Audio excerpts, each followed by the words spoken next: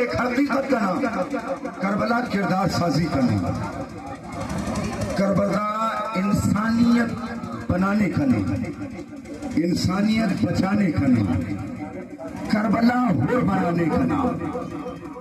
اللہ اکبر۔ اور جس کا رشتہ کربلا سے ہونا وہ کسی بھی ظلم کے سامنے سر نہیں جھکاتا۔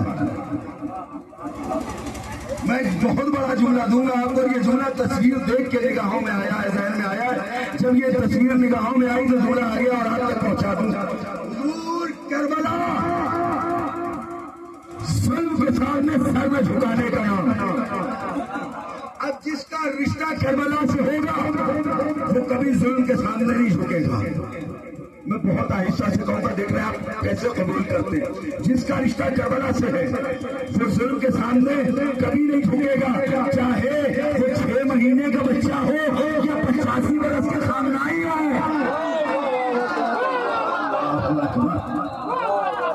جن کا رشتہ کربلا سے ہے، جن کا رشتہ، جن کا سلسلہ کربلا سے ہے، جن کا رشتہ کربلا سے ہے، جن کا رشتہ کربلا سے، تو اس لیے کہ کربلا میں شب عاشور مائیں اپنے بچوں کو بہادری کے سبق پڑھا رہی تھی۔ کربلا بہادروں کی سرزمین ہے، بزدلوں کا کام کربلا میں نہیں ہے۔ میں نے کیا کہا آپ سے، کربلا اگر بغیر دلیل بات نہ کروں تو ممبر سے اترنے نہ دیجیے گا۔ کربلا بہادروں کی سرزمین ہے، اسی لیے سارے بہادر کربلا آئے تھے جو بنی ہاشم کے گھرانے کے تھے۔ ایک بزدل شام میں بیٹھا رہا،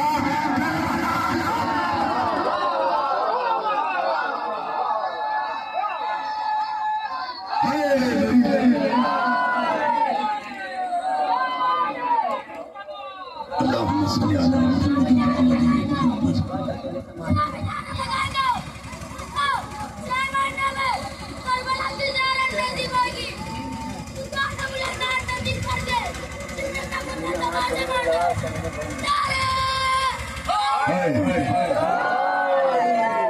بس اسی بات پہ میں بات تمام کر دوں، کربلا کی زیارت نصیب ہوگی۔ کربلا کی زیارت کی دعا کیا کریں، مگر کبھی یہ نہ کہا کریں کہ مولا بلائیں گے تو جائیں گے۔ مولا بلاتے نہیں ہیں، ان کی دہلیز پہ اگر کمال چاہیے تو حور بن کے آنا، حور بن کے آنا ان کی دہلیز پہ۔ جس کو غم حسین کی دولت نصیب ہو، پھر کیوں نہ اس کو عزت و شہرت نصیب ہو۔ اب جس کے من میں یہ بات ہو اور جو یہ دعا چاہتا ہو وہ میرے ساتھ دے تاکہ میں ربط مسائل ہوں۔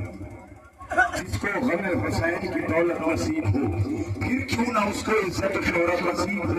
مولا جو آگے بیٹھے ہیں مجلس میں آپ کی، ان سب کو کربلا کی زیارت نصیب ہو۔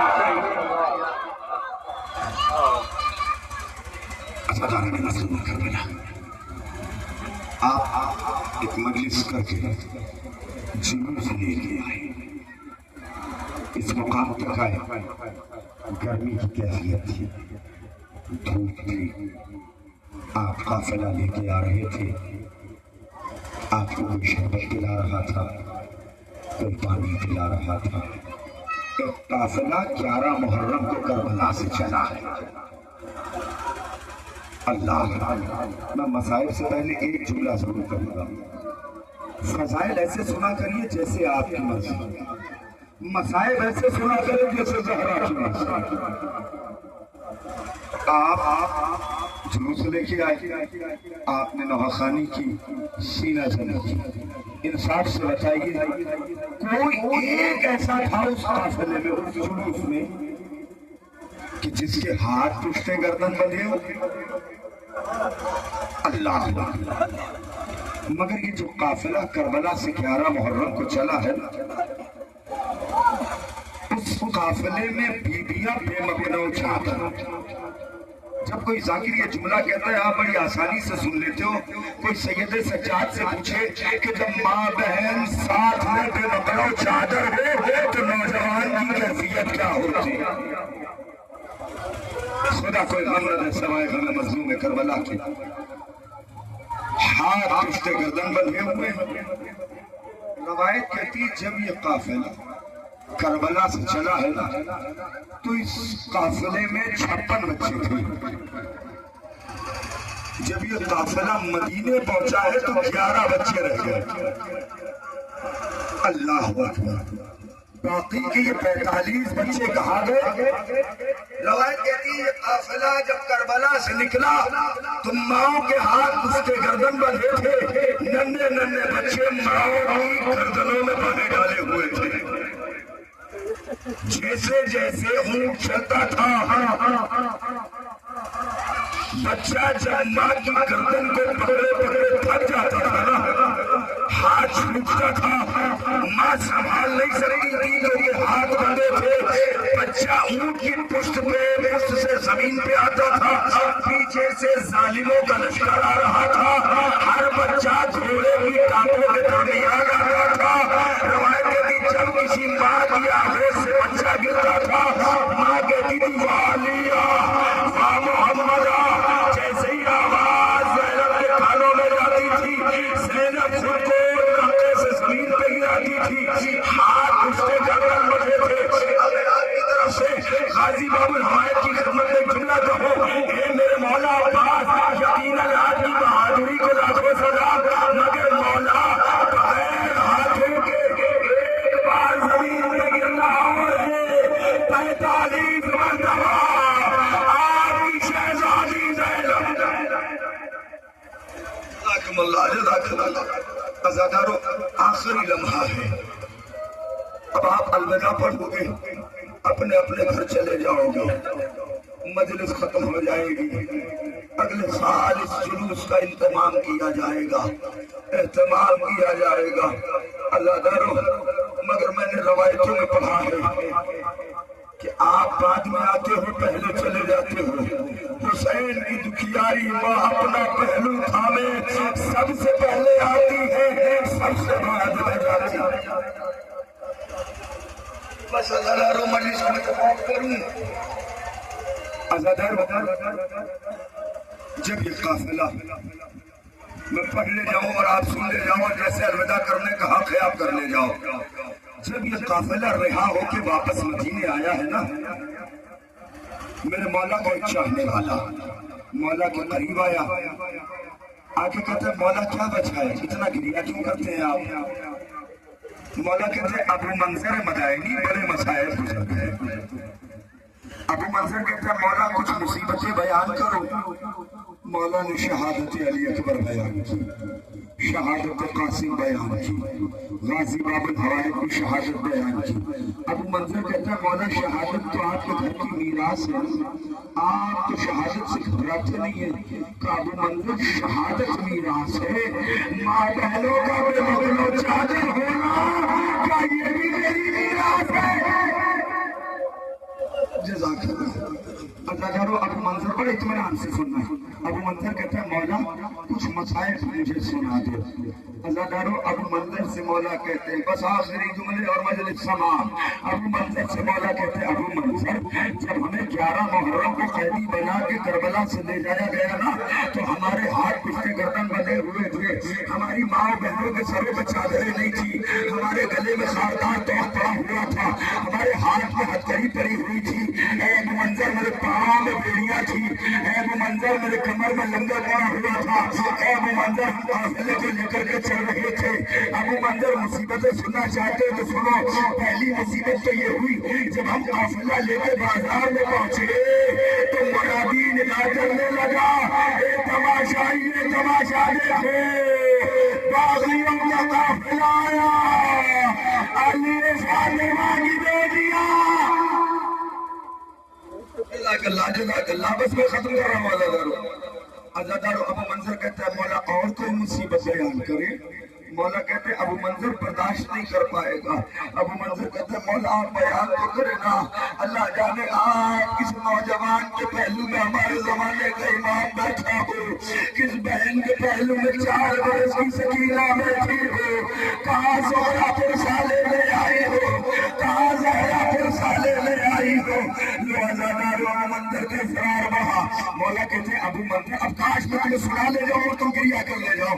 مولا کہتے ابو منظر دوسری سب سے بڑی مصیبت یہ ہوئی کہ ابو منظر جب ہم قافلے کو لے کے آگے چلتے تھے نا سروں پہ چادریں نہیں تھی, ہم بے مخناؤ چادر تھے. اے ابو منظر سالے ہم پر آگ کی بارش کرتے تھے, ہمارے سر جل جاتے تھے.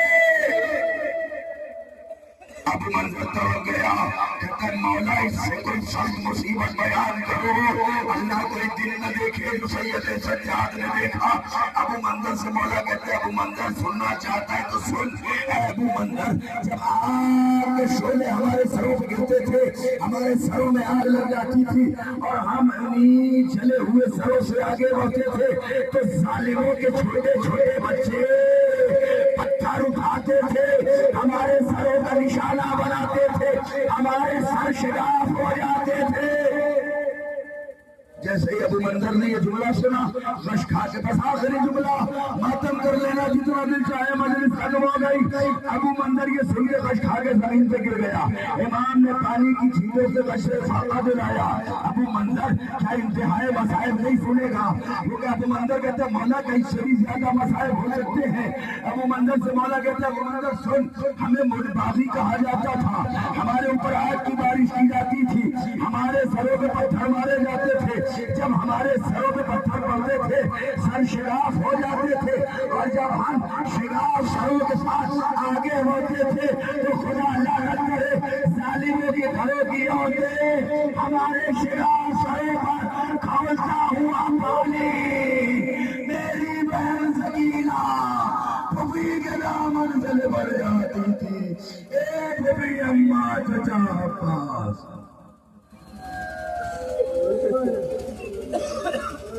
لعنة الله على قوم الظالمين سيعلم الذين أي منقلب ينقلبون.